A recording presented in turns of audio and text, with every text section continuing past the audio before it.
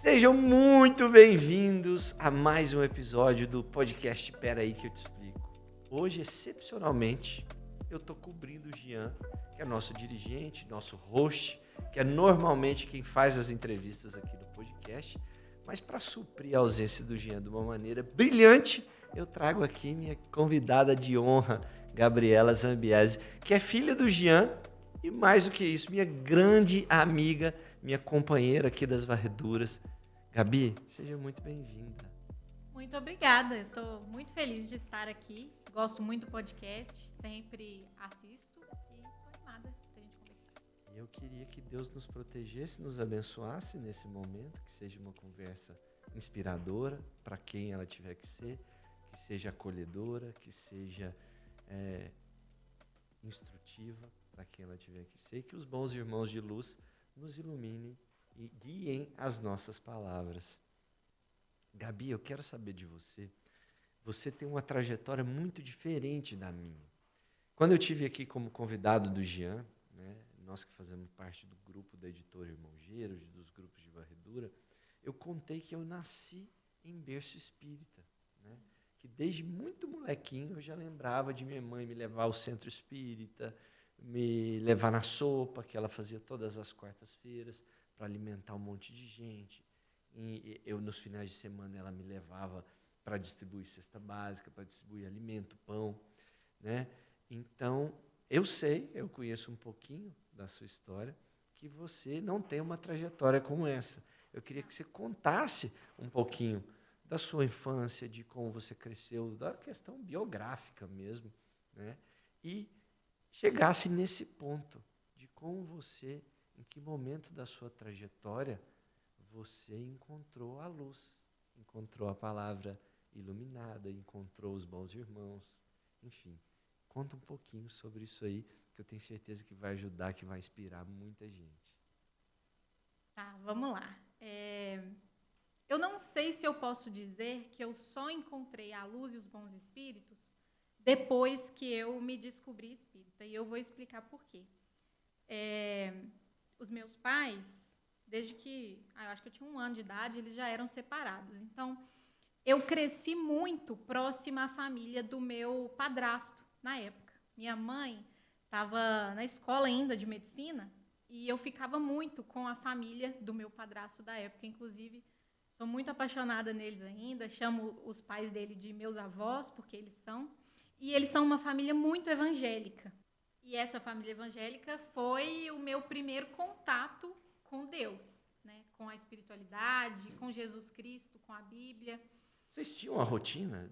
Tínhamos. Você ia no culto toda semana? Eu ia em célula, né? Que eles têm célula, culto dominical. Então, foi lá que eu aprendi sobre Jesus, sobre as pílulas, né? Enfim, tem as histórias típicas da Bíblia que se conta para criança, Jonas e a baleia. Eu conheço essas histórias muito bem por conta da minha formação evangélica.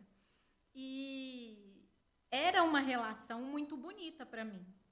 Mas era também, talvez pelo meu contexto, eu acabei sendo uma criança que ficava muito sozinha. E eu vinculei muito a minha religião ao medo. Tinha medo de demônio, eu tinha medo de punição, e eu sentia que muitas coisas do mundo eram coisas do diabo, pela forma como essa minha formação acabou sendo. E na minha fantasia de criança, isso se tornou muito grande. E aí eu crescendo, né, chegando na adolescência, acho que comecei a utilizar mais a razão sobre esses medos que eu tinha e acabei descartando completamente a minha relação com a religião no momento em que eu descartei a veracidade desses medos, né? Então, aí que eu me dizia ateia a partir daquele momento, quando eu atingi ali uns 13, 14 anos e comecei a fazer muitas perguntas para as quais eu sentia que as respostas que eu tinha até ali, né, naquele contexto espiritual específico, né, religioso, não respondia. Eu falei, então nada disso me serve. Extremamente arrogante, mas eu acho que é a adolescência, né? Faz parte do movimento. Claro. E aí eu me tornei ateia, né? Entendia que eu fui para Deixa eu te fazer uma pergunta. Você se tornou ateia de fato? Ou meio que só no seu comportamento ou aquilo que você queria. Porque a adolescência é essa fase em que você quer se colocar para o mundo, quer colocar quem você é, você procura muito esses gatilhos, esses componentes de autoafirmação, de autoidentificação, para falar, eu sou assim. Sim. Só que por trás dessa fachada existe um mar de complexidade, né? Que muitas vezes lá no fundo, você ainda acreditava em Deus. Eu tô te convidando aqui à reflexão, sabe? Eu estou dizendo isso porque isso aconteceu comigo. Eu contei, quando eu tive aqui com o Jean me entrevistando, falei, olha, teve um momento da minha vida que eu desviei, eu tive o berço espírita, mas eu virei católico durante um bom período da minha vida, e um católico assíduo, ferrenho, sério, e a missa todos os domingos, e a missa dos homens nas quartas-feiras, ia no Altíssimo rezar, que é um lugar que eu adoro rezar até hoje, é de uma paz imensa, é a egrégora de luz gigante. Só que um dia minha mãe me confrontou. Ela falou, beleza, meu filho, tudo bem, mas em que você acredita? Foram as palavras que foram um gatilho para mim, né? Que me fizeram olhar para dentro de mim. Então, estou te dando esse tempinho, enrolando aqui, conversando, para que você mergulhe pelo seu sentimento, pelas suas memórias. Você realmente não acreditava em Deus ou você achou que, por aquele momento de contestação do abstrato, do irracional, do emocional, né? Aquele momento em que a gente começa a questionar e tentar colocar razão para tudo dentro do nosso aquário de conhecimento, que a gente não tem todo o conhecimento, mas supõe que tenha, né? O que você acha que foi realmente esse momento na sua vida, assim? Eu ia chegar nisso porque em algum momento eu percebi que eu não era ateia. Eu me percebi e falei, opa, talvez essa não seja a melhor palavra a me definir. Mas foi uma trajetória, porque, primeiro, ao descartar as respostas que eu tinha, eu assumi, né, eu presumi automaticamente que a resposta certa era não existe nada. Só que, quanto mais eu refletia sobre isso, eu via que também tinha muitas perguntas que essa resposta não me bastava. Então, para mim, a minha relação com a religião sempre foi uma relação de sentir que eu tenho uma resposta plausível para as perguntas dentro de mim. E eu fui testando coisas e não encaixava. Então, primeiro eu acabei abrindo mão da religião evangélica por esse mesmo motivo. A mesma coisa aconteceu quando eu me vi ateia, né? Eu fui passando. A adolescência tem, né, as suas provações, as suas questões específicas. E entrando na faculdade, eu comecei a lidar com algumas questões minhas que me trouxeram perguntas e conflitos internos muito grandes, que isso que eu achei que era a minha resposta já não bastava mais. Eu lembro que isso não é tão distante assim, né? Se a gente for pensar. Acho que foi 2016 para 2017. Você é novinha, né, Gabi? Então, nada é tão distante assim. Eu me vi num processo depressivo muito forte e sentindo muita ansiedade. Comecei a tomar muitos remédios, ter medo. E nesse momento você estava afastada de qualquer vínculo, afastada. você não orava mais, todos os seus, aqueles hábitos que você construiu na infância, você abandonou nesses momentos. Abandonei completamente. Eu vivia uma vida material sem nenhum contato, pelo menos consciente, com a espiritualidade da minha parte. E acabei caindo, né, nisso que eu acho que acontece com muita gente, que é você perdeu a razão. Por que eu estou aqui? Por que eu passo pelas coisas que eu passo? Né? Por que a minha vida é do jeito que ela é? Por que as minhas relações são do jeito que elas são? E isso me levou para esse processo depressivo. Né? Eu sentia muita ansiedade, cheguei a tomar remédios controlados e nada adiantava. Foi com esse vazio dentro de mim que eu conheci o Ari, na verdade. Eu comecei a me encontrar com o Ari todos os dias. Eu ia para o consultório, né, porque eu estava nesse processo depressivo, meu pai me apresentou a ele e a gente conversava sobre filosofia, sobre religião, e ele, de forma muito respeitosa, porque as minhas crenças... Sem forçar nada. Sem forçar, porque as minhas crenças não eram as crenças dele, né? Começou a me fazer perguntas. Reflita. Sem me trazer respostas sobre o que eu acreditava que existia no universo, quais eram as leis que nos regiam. Até porque o ateísmo tem disso. Você tem que ter dogmas, né? Inclusive, para ser um ateu convicto, você tem que ter alguns dogmas que são inexplicáveis, que se tornam dogmas mesmo, né? Porque, por exemplo, a vida e a trajetória de Jesus são elementos incontestes, são históricos, são fatos incontestes. Tem inúmeros provas e fatos que provam que existiu essa figura em um determinado período de tempo, que executou essas ações, consideradas milagres, use o termo que você quiser, mas que estão inexplicáveis do ponto de vista da ciência humana, natural e etc. Hoje a gente tem essas explicações. Em algumas obras, né, a gente teve contato com o que acontecia, como era grande o cientista Jesus Cristo. Eu não me lembro exatamente, foi na obra... Reacendendo as Lições Crísticas. Reacendendo as Lições Crísticas, em que a gente tem esse viés de não era só o puro amor, mas era o puro amor com a pura ciência, e como ele era esse alquimista do fluido universal, né? Mas o ateísmo tem muito disso. Voltando aqui, você tem que ter crenças dogmáticas, né, para continuar sendo um ateísta convicto. Né? Sim. E, para mim, o primeiro passo foi perceber que eu não tinha essas crenças. Então, existia em mim já uma certeza guardada de que algo a mais acontecia após a morte. Então, a primeira coisa que eu olhei e analisei foi a minha relação com a morte, com o que acende um corpo, né? É a alma? Se é a alma, o que acontece com a alma no momento do desencarne? E eu comecei a me fazer essas perguntas e perceber que certas respostas não me cabiam. Eu não aceito que não há nada. Era uma certeza que eu não conseguia nem justificar por quê, mas que me assustou, porque como é que eu estou me falando ateia e, ao mesmo tempo, eu me sinto um espírito que surpassa... Além desse corpo. Eu sinto que certas energias me repelem ou me atraem, eu sinto que, às vezes, está acontecendo alguma coisa com outra pessoa em um outro ambiente, eu tenho sensações em relação a isso, às vezes eu consigo me conectar com alguém que eu amo, sem essa pessoa estar perto de mim, eu consigo perceber se ela estiver passando por alguma situação difícil, e isso já não cabia mais na resposta que eu tinha decidido que era a que eu acreditava.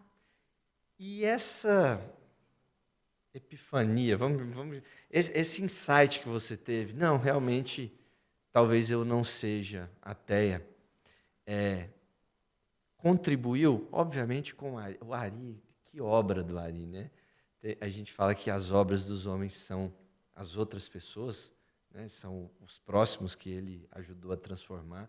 No caso do Ari, então, a obra dele é monumental, né? E você faz parte dessa obra do Ari.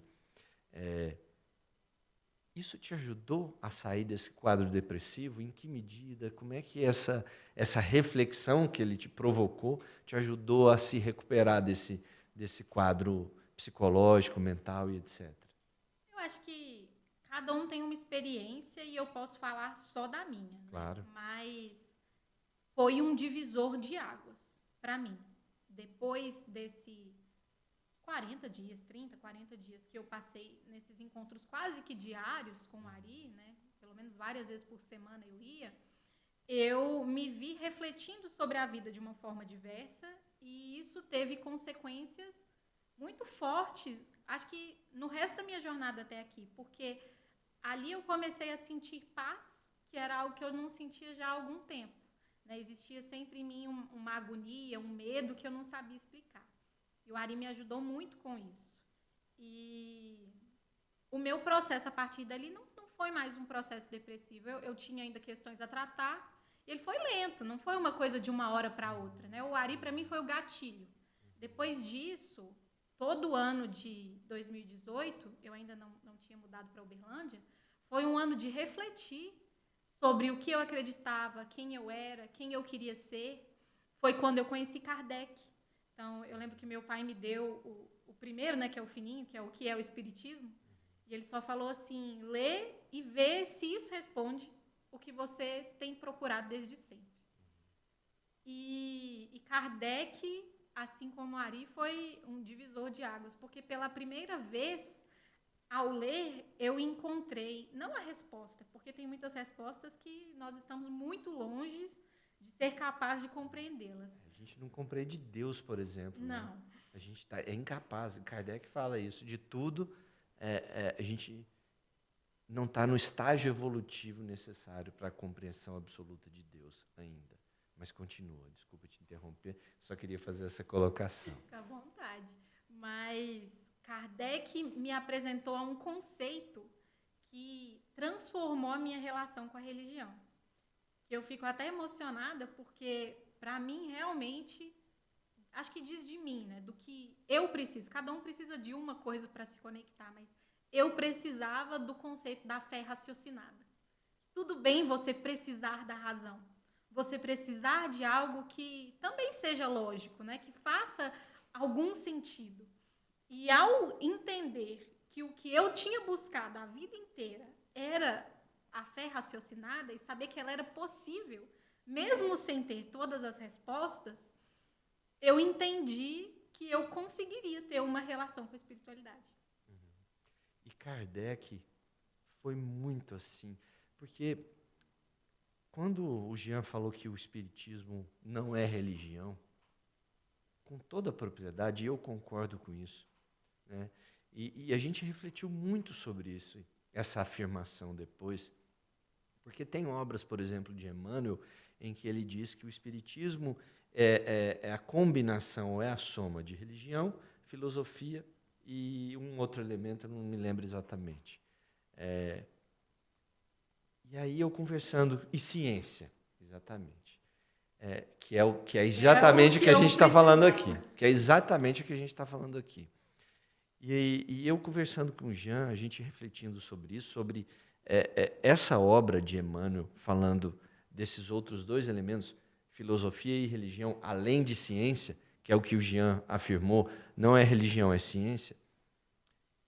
A minha percepção para o Jean foi o seguinte, olha aqui, Jean, o que eu acho sobre isso?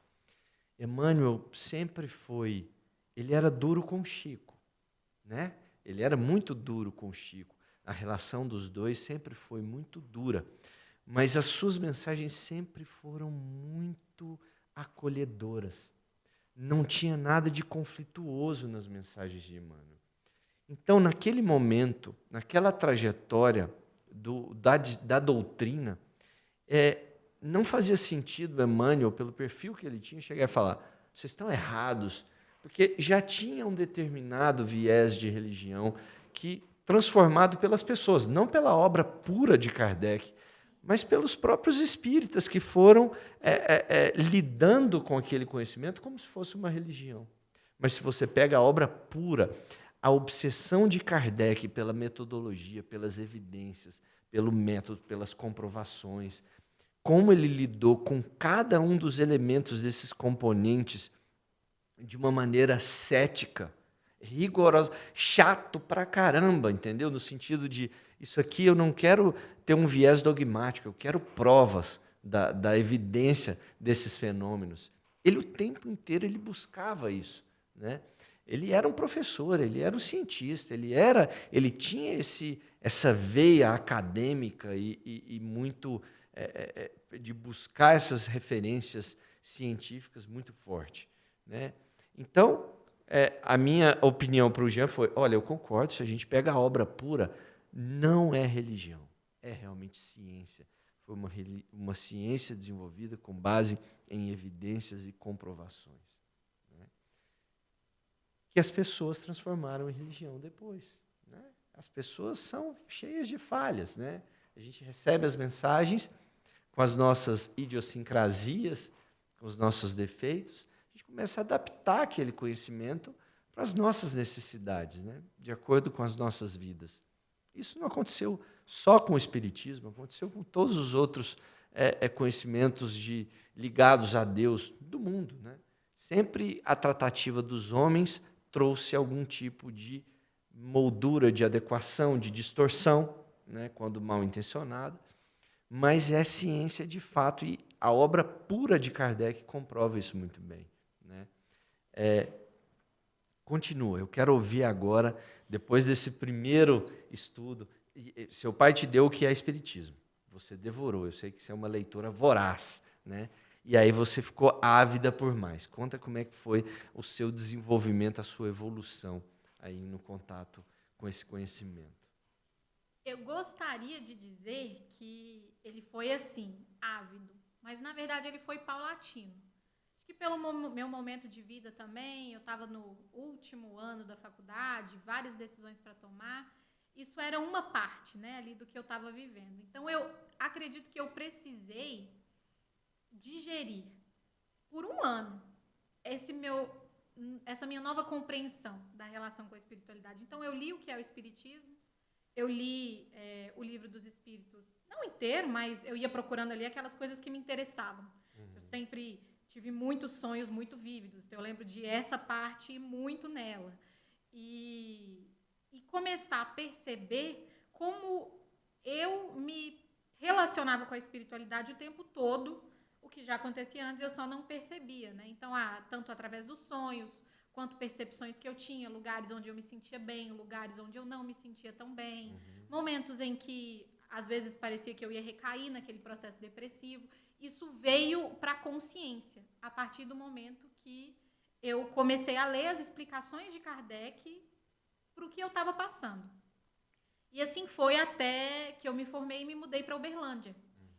Assim que eu me mudei para Uberlândia, o meu pai já fazia parte do processo da varredura, né? Então, já havia, inclusive, o grupo do irmão Gerald. Então, eu ia perguntar isso. Ele era dirigente ou ele ainda era um médium de sustentação lá no grupo do Ari? Ele já era o dirigente. dirigente quando Sim. você veio. Foi quando eu te conheci. Exatamente. Porque... Foi lá no grupo. Sim.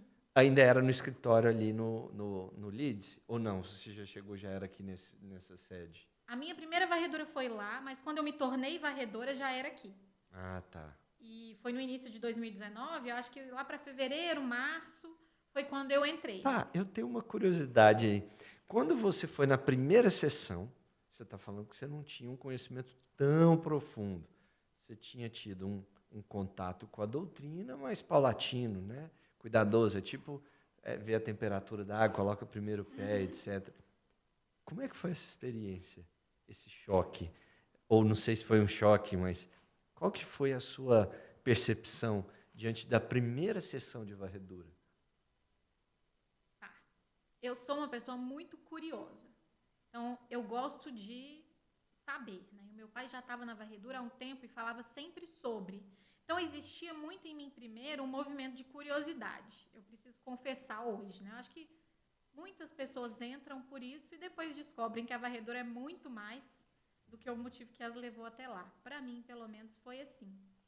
E a varredura também me chamou a atenção porque era um lugar de conexão com o meu pai, né? Então, eu queria estar onde ele estava, né? Eu queria viver isso que ele vivia e que ele falava sobre como havia transformado a vida dele, assim como a Maia, que é minha madrasta, enfim.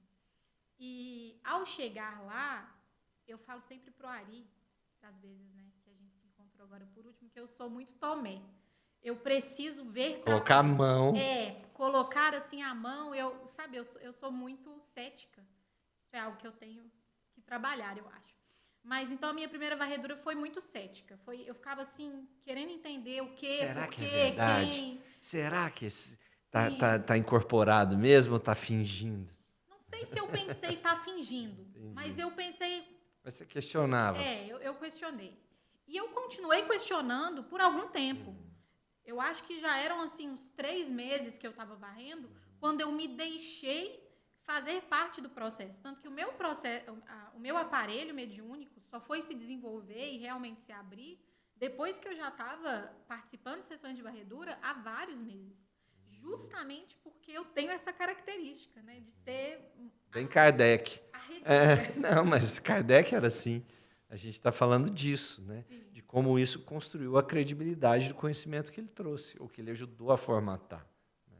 E as experiências que eu fui tendo lá, né, que são inegáveis, A partir do momento que você... Agora você fala que são inegáveis, né? Que você vê, que você vivencia, você fala, opa, peraí. E isso foi acontecendo comigo, né, por esses meses, até que eu me visse completamente tomada e apaixonada pelo processo da varredura. Você lembra a primeira vez que você incorporou, que você foi o veículo de comunicação entre um ser do plano invisível com o mundo material? Você lembra desse dia? Você lembra como foi a sensação? Lembro.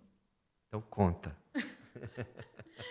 Não foi nada muito impactante. Mas Isso é importante falar, e eu vou explicar por que daqui a pouco. Vai. foi uma vontade de rir apenas. Era um contexto extremamente trágico que eu estava ali envolvida da varredura, de uma pessoa que estava num processo muito difícil, e me veio assim uma sensação de que aquilo era extremamente cômico. E isso me assustou muito.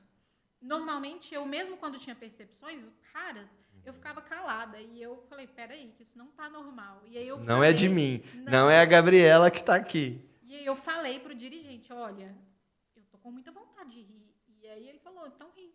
E aí eu permiti, né, que essa sensação viesse, e foi quando eu consegui me conectar com esse espírito, que não era, né, um espírito de alto padrão, era um acompanhante que estava ali envolvido. Claro, um naquele obsessor, quadro. um Não espírito tinha- de sombras, né? Sim, não Estava tinha envolvido no intenções, quadro, né? sim. E aí ele se manifestou, explicou a relação que eles tinham, mas foi a primeira vez. Interessante. Para mim, olha só, na minha primeira sessão do irmão Gerald, eu já conectei que foi uma coisa que eu não consegui segurar. Sabe quando você... talvez porque eu sempre fui convicto, assim, né? Tirando alguns breves períodos da minha vida, mas foi uma coisa tão forte. E também, e olha só, foi um espírito de baixo padrão também, que foi um impulso, né? Foi um rato. É um espírito que tinha a forma de um rato, que eu falei, nossa, eu estou enxergando um rato. Aí o dirigente falou, deixa passar. E aí aquela manifestação fluiu de maneira com que aquele espírito travestido, que é o perispírito, que tomou forma de um animal nojento, né? Pela própria vibração daquele espírito de sombras, fluiu a mensagem. A partir dali eu já não tive mais nenhum tipo de questionamento. É claro que eu sempre... E o que eu falei que era importante dizer é o seguinte, muitas vezes as pessoas acham que é algo que é sobrenatural, e não é. Né? Não é algo sobrenatural, não é algo que você vê em filmes, não é nada no sentido de que você fica... Claro que tem tipos diferentes de médiuns, tem aqueles médiuns que ficam completamente inconscientes mesmo, mas em muitos casos você compartilha a consciência, né? Você sabe que aquilo não é você, mas você está ciente do que está acontecendo. Pelo menos comigo, a minha experiência é assim. Raras vezes eu fiquei totalmente entregue a ponto de não ter consciência do que estava acontecendo, mas tinha plena convicção e certeza de que não era eu que estava ali me manifestando. Eu era tipo uma testemunha, entendeu? Do aparelho. É bom a gente deixar claro, porque eu vejo, já participei de muitas sessões em que as pessoas se retraem na manifestação por acharem que aquilo não é elas. Ou, o contrário, perdão, por acharem que elas que estão pensando aquilo. Não, isso é coisa da minha cabeça.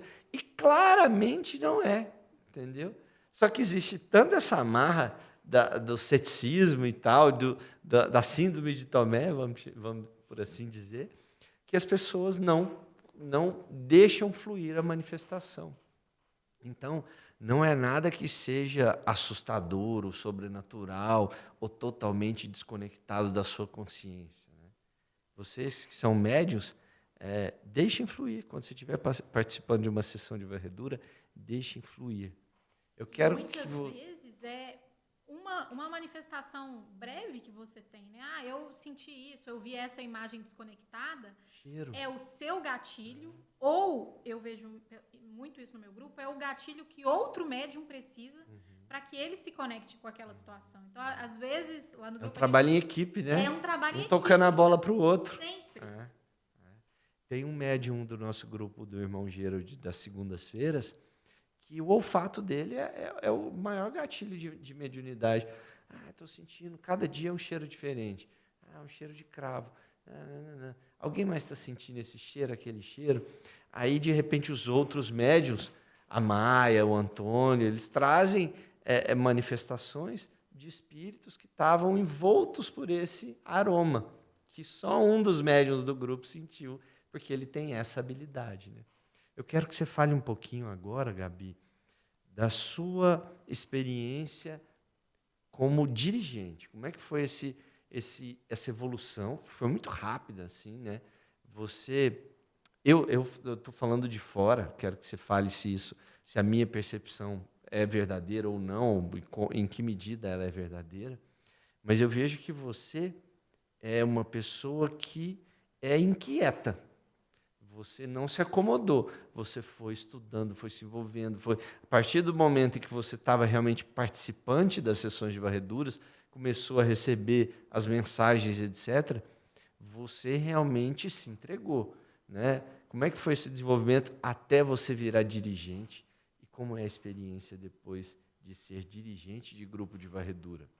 Depois eu queria até explicar um pouquinho também o que é varredura. Para você, antes de responder tudo isso, fala o que é varredura, na sua leitura, com os conhecimentos de Maurício, que a gente recebeu da obra de Maurício, explica para quem está ouvindo o que é a varredura medianímica.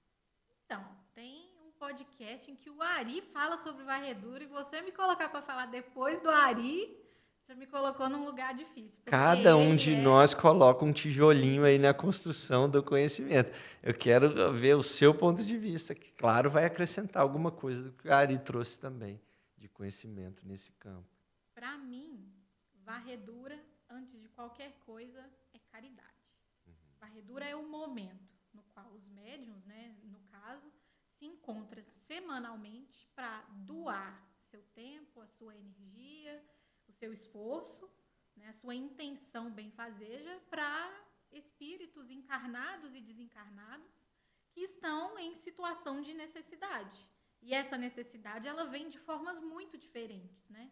Na nossa jornada encarnatória, a gente vai passar por provações distintas que nos fazem ter o mesmo movimento que eu tive lá atrás, de ter várias perguntas e não encontrar o que as responda, ou um caminho, né, que nos guie, nos fortaleça enquanto a gente lida com isso. Para mim, a varredura é caridade porque ela traz ao espírito que a pede transparência em relação ao que ele está vivendo. Eu falo sempre que a varredura é acender a luz no quarto da sua vida.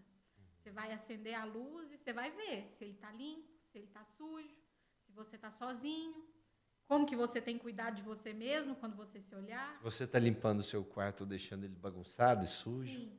Como você tem cuidado do outro. Então, a varredura, ela é transparência para aquele que está vivendo a situação e ela é direcionamento.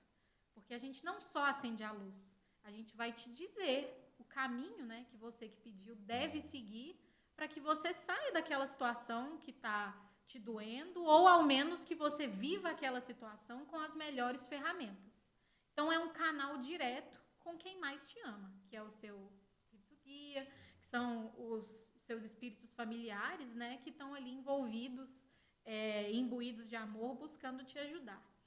Para mim, um ponto a varredura é isso. Adorei essa definição. Mas, para além disso, ela também é um ciclo virtuoso. Porque a partir do momento que você abre o contexto de um indivíduo, isso vai gerando um efeito cascata para todo mundo que está ao redor daquela pessoa. E eu fico extremamente emocionada, porque dos milagres da varredura, para mim, esse é o maior. Você nunca atende só aquele que teve coragem de te pedir ajuda. Você atende o obsessor dele, que às vezes é quem mais precisa, que está ali num processo... Perdida há quantos anos? Desperdiçando sua jornada existencial num momento de medo, de amargor, de dor. Raiva, vingança, ódio. Sim, então tem todo um contexto que é ajudado Sem falar que ao ajudar aquela pessoa, muitas vezes ela vai se tornar, o que Zig, numa das obras de Irmão Gerald, chama de indivíduo farol. Você acende a luz interna daquela pessoa e essa luz vai respingar para o contexto familiar, de trabalho, de todo mundo que está envolvido. Então, quando eu falo que varredura é caridade, é porque eu ainda não encontrei uma forma de servir a luz que atinja tantas pessoas ao mesmo tempo. Eu dedico ali, claro que como dirigente mais, né? Mas 1 hora, né? 2 horas, digamos, do meu dia, semanalmente, e eu sou capaz de ajudar dezenas, quem sabe centenas de pessoas a depender do quadro, só com essa minha presença. Muito, muito legal. E a sua evolução de varredora para dirigente. Conta as 2 experiências. Como é que foi essa transição e como é que se dão essas 2 experiências? A diferença entre elas. Como é ser dirigente? Na minha jornada específica, acho que é importante dizer que eu sou muito crítica comigo mesma. Então, eu sempre exijo de mim mais. O que é bom, mas às vezes é complicado. Eu vou chegar nisso. Então, em tudo que eu faço, eu exijo de mim que eu esteja fazendo o meu melhor. E com a varredura não foi diferente. Então, eu ia um dia e pensava, será que eu fui disponível como eu poderia ter sido?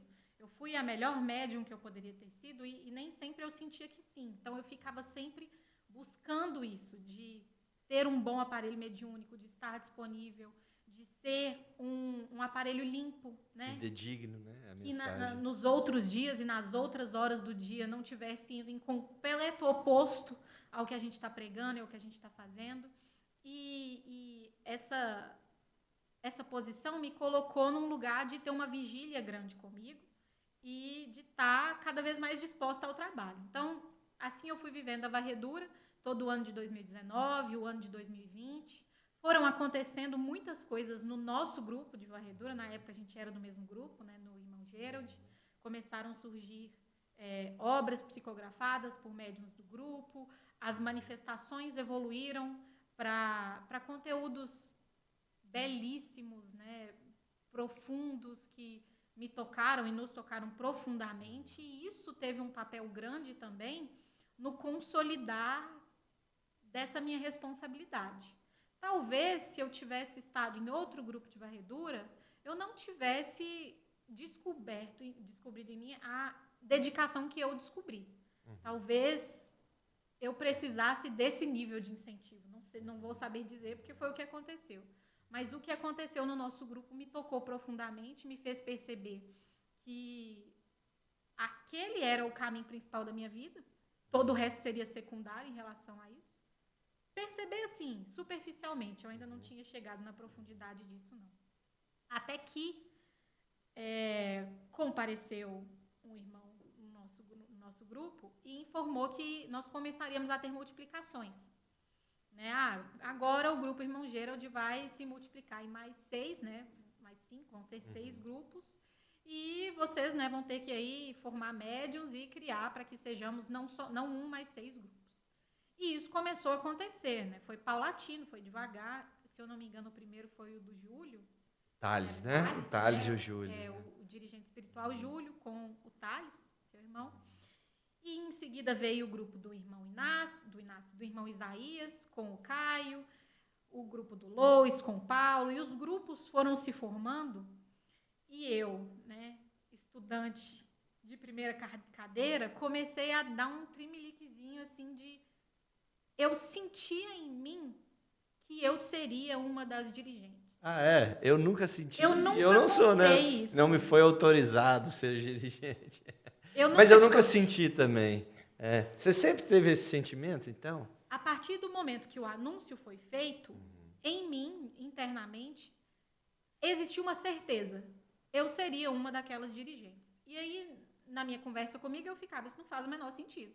Estou varrendo há só 2 anos, não sou a mais estudiosa, não sou a melhor médium, não sou a pessoa mais evoluída espiritualmente, né? Quem que eu estou achando que eu sou para ter essa certeza tão profunda como eu tinha de que eu seria uma das dirigentes? E também não tinha coragem de falar essa certeza em voz alta. com medo de ser negada, né? Então eu falava, eu acho, mas não quero ser rejeitada, então eu vou ficar calada. E se for a espiritualidade que se organize para Eu ser. só me oponho a uma colocação sua, que você não era das mais estudiosas, porque eu acho que você é. Eu acho que No grupo, no nosso grupo, talvez menos que seu pai, né? Mas mais do que todos os outros, tenho certeza. vamos, não sei. Mas vamos lá. E aí? Mas aí os grupos foram se formando, e foi 1, 2, 3, 4, e faltava só mais um grupo para ser formado. E eu, nessa minha certeza, comecei a titubear, né? Falei, será que eu tô tendo aí um movimento de arrogância, de achar que eu vou ser, e na verdade não vou? Ou então, eu acho essa história muito engraçada, porque só quem sabe dela somos eu e Gerald. Mas, enfim. E agora todos nós que estamos assistindo o podcast. Vai. Mas aí a gente tá... Ah, não. Eu preciso falar antes disso. Ah, olha o suspense. Eu esperando essa hora de você com o Gerald. Vai, conta, antes disso. Porque eu tinha essa certeza em mim e eu não fiquei satisfeita em não ser merecedora dela. Então, eu pensei comigo, se eu tenho a certeza que eu vou ser escolhida, quando eu for escolhida, eu tenho que, no mínimo, ter me esforçado para merecer. E eu comecei a varrer em muitos grupos de varredura. Ah, eu lembro disso. Então, na segunda... Todos os grupos, segunda, terça, quarta, quinta. Tinham 4 grupos, depois 5, e eu varria em todos eles. Então, eu varria segunda com um dirigente, terça com outro grupo, quarta com outro grupo e quinta com outro grupo. Eram 4 os grupos que eu varria. Todos os dias. E o meu aparelho mediúnico se transformou nessa época, porque eu estava o tempo todo em contato com a espiritualidade. Muita gente falou para mim que isso era doideira na época, que eu estava dando muito, que não era assim que eu serviria melhor, né? Como varredora, dando tanto de mim, tanto tempo seguido. Mas eu tinha para mim que era temporário, que era necessário e que eu tinha algo a aprender. Então, eu observava muitos dirigentes, como que eles dirigiam, como que era a conversa deles. Vários diferentes, cada um tem um estilo, né? Cada um tem a sua forma de resgatar um obsessor, de conversar com o paciente que está em um momento de dor. E eu fui aprendendo com cada um deles, como que eles lidavam com os médiums. Um médium que tem um canal mais descontrolado, outro que precisa ser incentivado, né, no lidar com a própria mediunidade. E a minha própria mediunidade eu fui trabalhando, porque nesses grupos eu era médium. E eu fui fazendo esse trabalho e me esforçando muito para isso, até que, né, em uma das varreduras de segunda-feira com o Gerald, isso eu fiquei 6 meses varrendo de segunda até quinta, todas as semanas, né? Então, 6 meses trabalhando aí quase todos os dias. Gerald veio e disse que seria anunciado, né, quem que seria o dirigente do 6º grupo. E eu, mentalmente, conversando com a espiritualidade, falando, olha, gente, tudo bem se não for eu entendo e tal, mas eu acho que sou eu.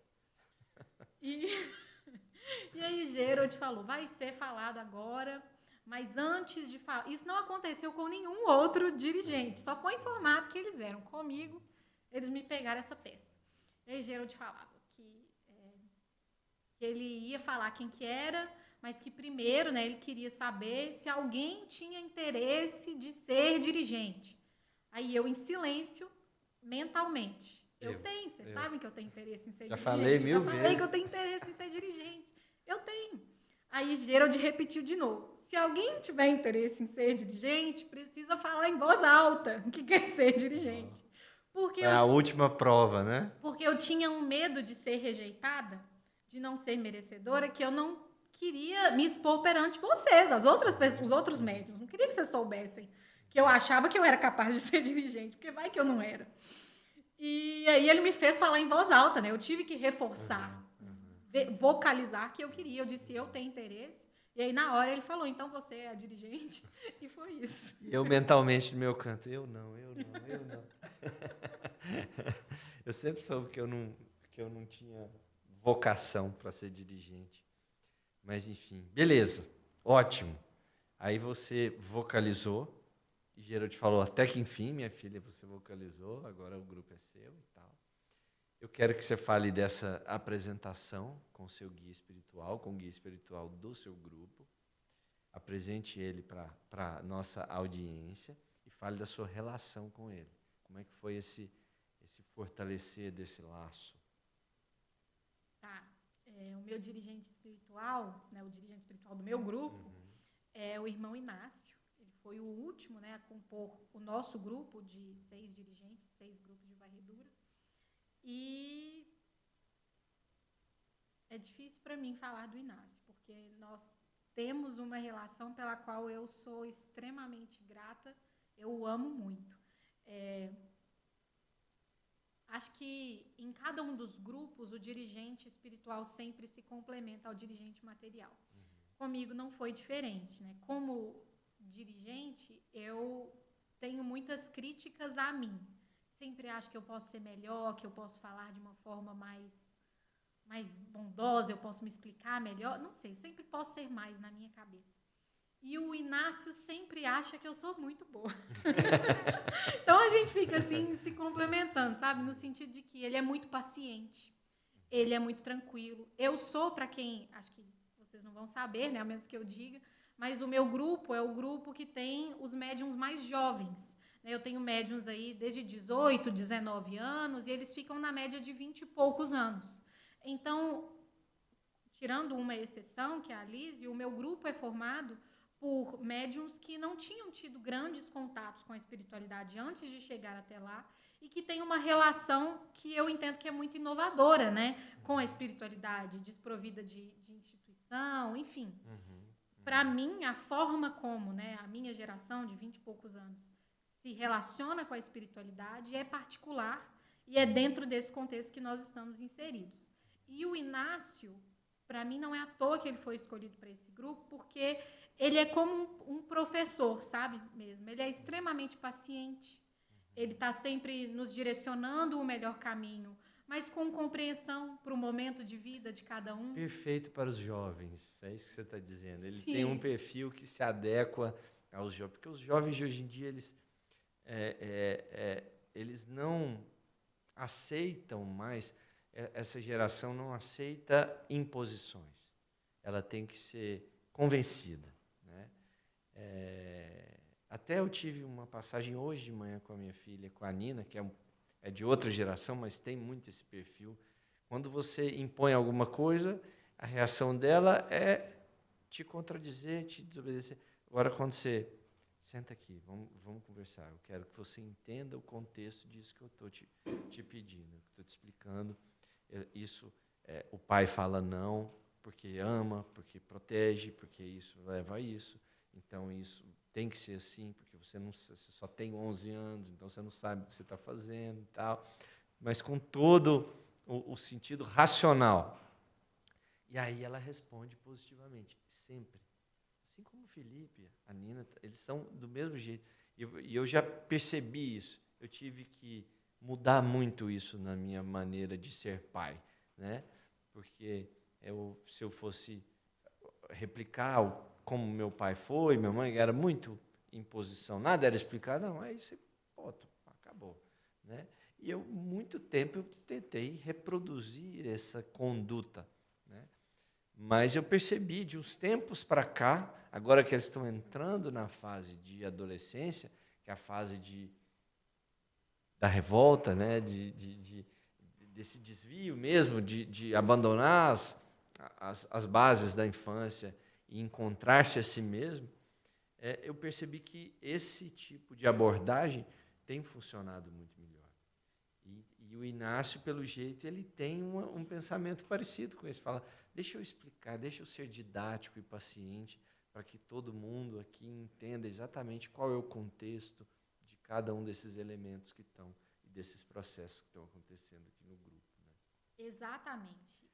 Tem no seu grupo um tipo de queixa de paciente que pede a varredura mais recorrente? Como é que é o perfil de trabalho de dinâmica do grupo seu e do Inácio? Tem. É algo que a gente até comenta muito. O nosso grupo é um grupo para o qual vem muitas demandas de jovens de 25, 26, 28 anos que estão num momento de vida em que eles se sentem perdidos. Então, vem muito jovem, eu não consigo encontrar relacionamentos que sejam bons para mim, que me façam bem. Eu tenho uma relação familiar conturbada, mas principalmente questões vinculadas a relacionamentos amorosos, que eles não entendem a dificuldade de encontrar algo que seja verdadeiro e bom, né? Verdadeiramente bom, que os faça bem e profissional. Eu não me encontro no que eu faço, eu não me sinto bem, eu não me sinto que eu estou atingindo o propósito de vida. Então, a gente sente muito isso nas queixas que chegam até nós. Como que eu posso fazer algo em que eu me sinta preenchido? Seja num relacionamento amoroso, seja numa relação de trabalho, onde eu estou, eu sinto que falta algo. Então, é essa falta que a gente mais vê nos casos que nos chegam. A gente falta sabe de que, rumo. Sim, tem muitos grupos que têm quadros mais pesados, né? Seja de obsessão, de contextos de outras vidas, de resgates difíceis, e esse não é o caso do nosso grupo. Isso acontece também, mas, em regra, o que mais temos são esses indivíduos realmente perdidos na jornada encarnatória.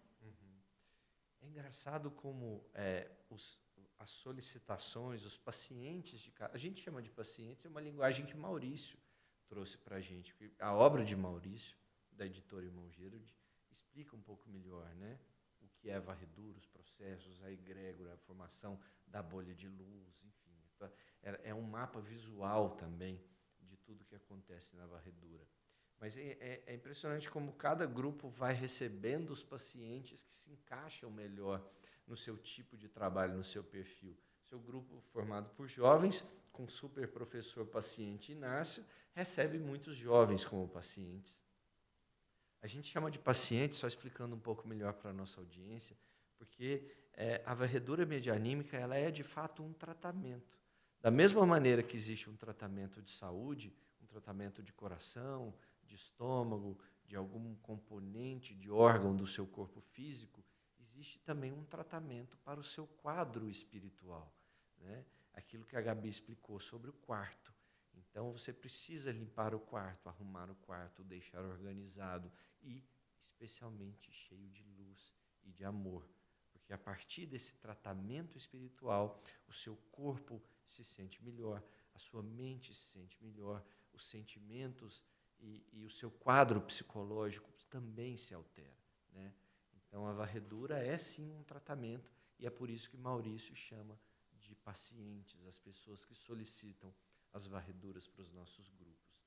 Eu quero falar, aqui a gente está com um tempo bem apertado, mas eu queria falar um pouquinho, rapidamente pelo menos, das obras do Irmão Gerald, né? Você não é só uma das que mais estudou as obras, das que mais estudaram as obras, como você também se aprofunda e faz um trabalho que eu fiquei fascinado, que é o do Clube do Livro. Eu tive presente como convidado de um das sessões iniciais do Clube do Livro. A Gabriela ela montou um Clube do Livro das obras específicas do Grupo Irmão Gerald e mergulha toda semana, capítulo a capítulo, com um grupo de pessoas, presencialmente e também online. Eu queria até que os meninos colocassem aí na descrição do podcast os links, né, para quem quiser participar do Clube do Livro de maneira online. Está aberto, né, Gabi? Fica o convite para todo mundo. Eu quero que você fale um pouquinho das obras, quais obras você já estudou, quais que mais te marcaram, como elas te transformaram. Vamos falando uma coisa de cada vez, né? Você quer começar? Qual foi a primeira obra que falou, nossa, foi Eva, né? Para mim foi Eva também. Eva foi a primeira. Vamos falando de cada um. Eva, você quer tomar um golinho d'água? Eu já tomei um golinho d'água. Mas Eva foi a primeira, né, que o grupo recebeu, e nós fomos lendo enquanto ela ainda estava sendo construída. Então, foi como se a gente estivesse vivendo a jornada de Eva junto com ela. Teve um papel muito grande nesse meu solidificar como trabalhadora. E Eva é uma obra que é para todo mundo. porque Eva diz dessa jornada, né, da existência de altos e baixos, de buscar fazer o seu melhor, errar, tentar de novo, tentar mais uma vez, se perder profundamente de formas... Nos vales mais obscuros do universo. E ainda assim se reencontrar, né? Encontrar em si forças para se reaver com a luz, para ser instrumento ao próximo. Então, sempre que eu falo das obras, eu falo que Eva é aquela que não tem como errar. Quem lê Eva vai se sentir em Eva, vai se sentir espelhado na jornada dela, porque, embora ela conte de um contexto muito específico, sendo, né, um primeiro aí, espírito, um grande espírito que veio com uma responsabilidade grande no planeta Terra e passou por situações extremamente diversas, que impactaram diretamente a evolução do planeta, sim, da de várias maneiras diferentes, socialmente, né? O papel da mulher é impressionante. Nossa, tem cada capítulo de Eva que é um tapa na cara de todos os seus princípios, né? Da maneira como ela usa as ferramentas femininas para solidificar o papel da mulher e fazer a mulher ter poder sobre o homem, né?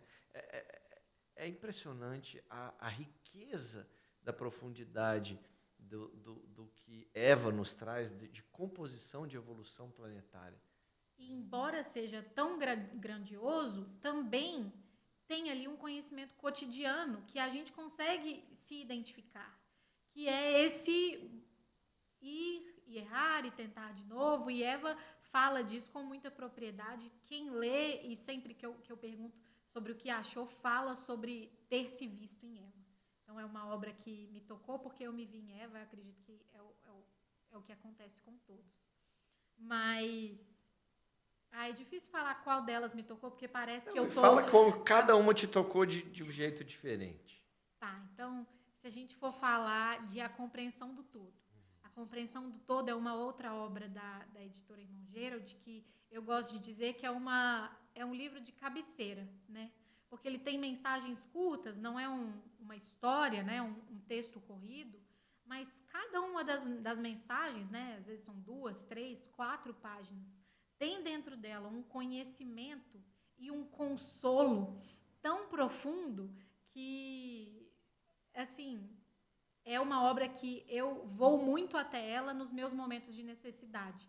Aquele dia que você precisa de uma palavra da espiritualidade, você precisa de um direcionamento que você não consegue nem começar a imaginar de onde, como, o quê. Você vai abrir a compreensão do todo e vai encontrar lá palavras amorosas da espiritualidade que vão te colocar em posição de entender o todo, de entender o contexto em que você está inserido. E isso é muito consolador. Muito.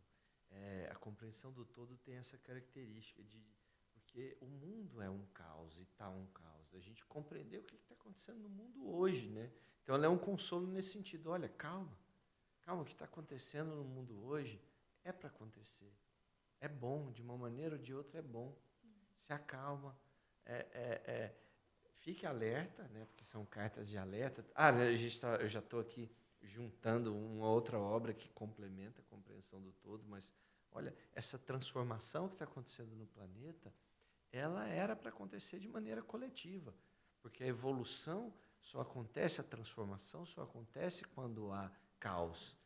Dá o exemplo até da panela pegando fogo, né? A transformação do estado líquido para o estado gasoso da água precisa de energia, precisa do fogo para acontecer.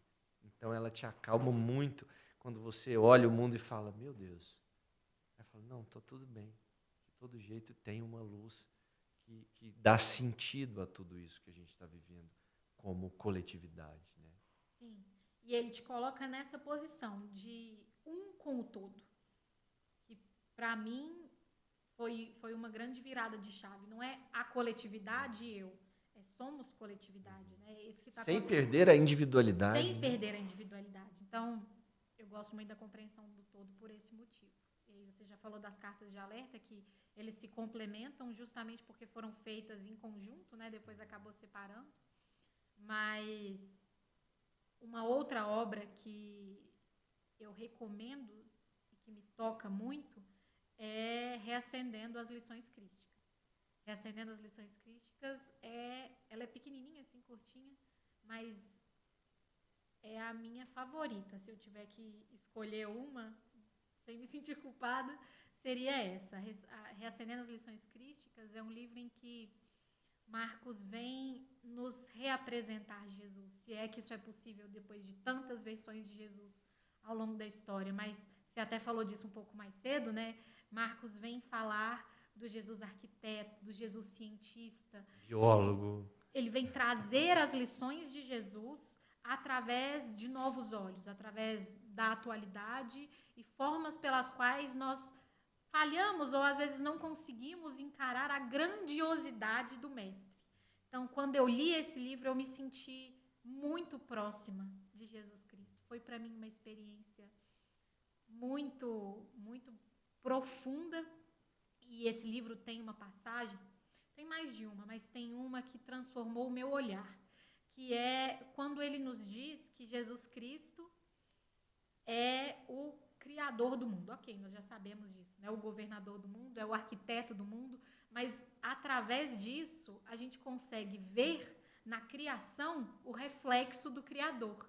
Então, a cada beleza que eu vejo no mundo hoje, natural, no outro, eu vejo Jesus. Eu vejo o reflexo de quem ele é, porque ele se colocou dentro da sua criação. Então, para mim, é o meu livro favorito.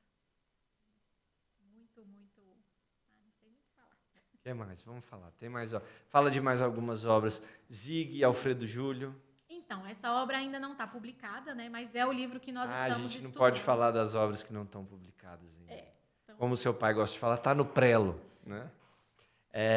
O Espírito da Verdade. O Espírito da Verdade é o próximo livro do Clube do Livro. Pode falar de outro? Tá. A gente pode falar de Novas Revelações. Novas Revelações. Tem 2 tomos, né?